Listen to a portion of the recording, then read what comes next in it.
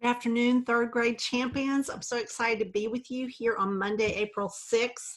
We are moving right along with this Magic Treehouse book, and we are beginning chapter 11, the plan.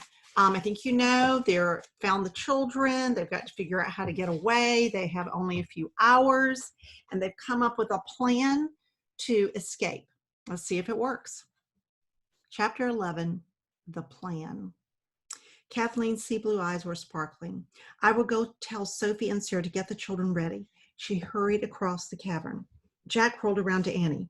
No, he whispered. This is not a good plan. It is. You drove great-granddad's truck perfectly just a few weeks ago, said Annie. I was there. I wanted to drive it too, but I couldn't reach the pedals. But that, said Jack, you didn't even need a key with that old truck, said Annie. Remember? You just turned the starter switch. You learned how to use the clutch and the gear shift. You drove us around the field for hours, around and around and around. You always say you can't wait to drive that truck again. But this is so different, said Jack. It's not that different, Annie said. Are you crazy? It's totally different, said Jack. Stealing a truck, loading it with tiny kids, and driving through a foreign country to try to escape Nazis in World War II is totally different from driving in a circle in our great-grandfather's pasture. Okay, it's different, said Annie. Thank you, said Jack. It's different because there are lives at stake here, said Annie, and that's why you have to do it. Before Jack could say anything, Kathleen came rushing back. She was holding a candle and a folded map. What was the location of your drop zone? She asked. It's a field in Biggieville, next to a church, said Annie, 6 miles northwest of Kane. Good, said Kathleen. I have the Normandy map the SOE gave me. It will help us. Let's go get the truck. By the light of her candle, she led the way out of the cavern and through the limestone tunnel. Jack's heart was racing. Annie was right. Lives were at stake. But he was already sweating, and they hadn't even started the plan yet. How would he feel when he was trying to sneak a truckload of Jewish orphans past Nazi soldiers? Jack and Annie followed Kathleen through the tunnel to the crack in the rock. Then they walked into the gray light of late afternoon. The wind blew softly over the grounds of the chateau as they headed down the driveway. Let's refine our plan, said Kathleen. She sounded more like her old self. Sophie and Sarah will get the children ready.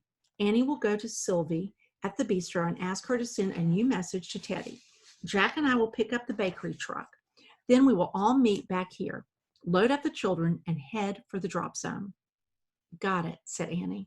Jack nodded. He was relieved that Kathleen seemed so much stronger. He hoped it meant her magic skills would soon return. Right now, he thought they really needed a little magic. When they came to the road, Kathleen turned to Annie.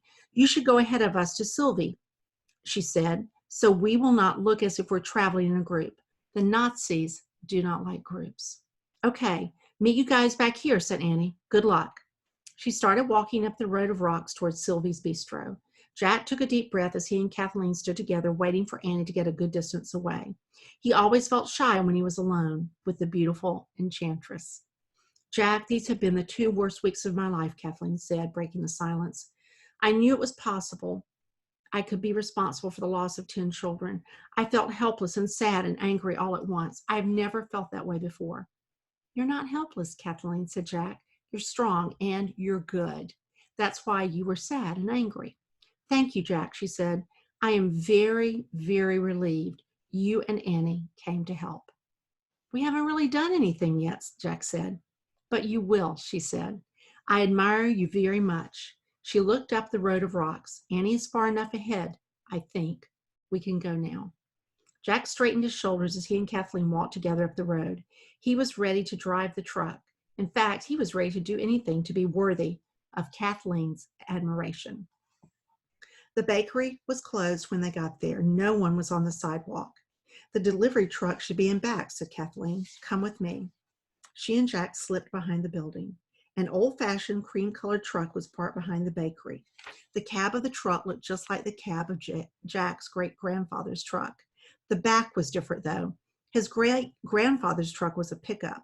but the back of this truck was box-shaped like a van. The words La Baguette were painted on the side. Jack looked at the bakery truck. He took a deep breath. Okay, this should work, he said, trying to sound calm. Let's see how she looks inside. He pulled on the handle of the cab and the door swung open. Jack stuck his head inside and saw the truck had a keyless starter switch, just like his great-grandfather's truck. He turned back to Kathleen. We're in business, he said. Wonderful, Kathleen said. Do you have a piece of paper so I can leave a note for the baker? Jack reached into his pack and gave Kathleen his notebook and a pencil. She wrote on a blank page, "Thank you for letting us borrow your truck. It is waiting for you near the church in Beeville." She tore the paper out of Jack's notebook, folded it, and slid it under the back door of the bakery. Then they both climbed into the front seat. Good to go? Jack asked. Yes, she said, smiling. Good to go. Jack looked at the floor and found the clutch pedal on the left, the brake in the middle, and the gas pedal on the right, just like in his great-grandfather's truck. He put his hand on the gear shift next to his seat. Everything felt familiar. Okie dokie, he said. Let's get this show on the road. Jack pressed the brake with his right foot and then pushed the clutch pedal down with his left. He moved the gear shift into neutral, then he turned the starter switch, and the engine rumbled to life. Jack shifted into first gear. He moved his right foot off the brake and pressed the gas pedal. The truck engine roared. Jack took his foot off the clutch. The truck jerked forward and the engine stopped dead. No problem, said Jack. It'll just take me a minute to get the hang of it again. Jack repeated everything he had done. Brake, clutch, gear shift into neutral, starter, gear shift into first. This time he operated the clutch and gas pedals perfectly, and the bakery truck moved slowly onto the road of rocks. Brilliant, said Kathleen. We are on our way. As Jack headed up the street, he kept all his attention on his driving, not daring to think of their plan. Instead, he imagined he was just driving around his great-grandfather's pasture. When the truck came to the old chateau, Annie was heading into the driveway.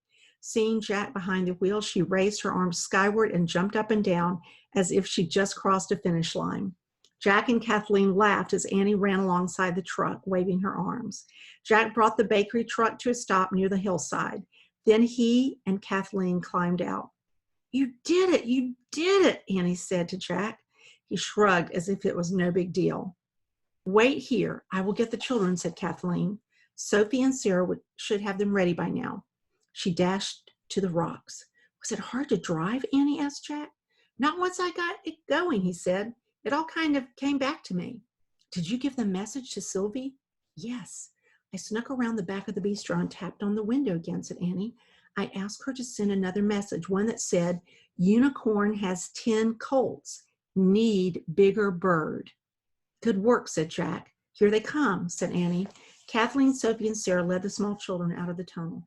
Excited to go for a ride, the little kids raced across the grass to the bakery truck. Jack got out and swung open the rear door. Then he, Annie, and Kathleen lifted each child into the back. Is everyone here? Called Kathleen. She called out all their names to make sure. Ella, Eli, Leo, Daniel. As each high voice rang out, yes, Jack climbed into the driver's seat. Soon Kathleen and Annie joined him. Jack could hear the children chattering behind the partition that separated the cab from the back. They're so excited, said Kathleen. Smells like bread back there, said Annie. The children found lots of old crust to eat. Really, said Jack. He could hear their voices saying, this is good. I love it. It's hard to chew. Yes, but it's very good. Jack's throat tightened. He wanted only one thing in the world right now, to help these little kids escape from France. We're going to stop there and we'll begin tomorrow on page 133, chapter 12, Checkpoint. Thank you so much, champions. Have a really good afternoon.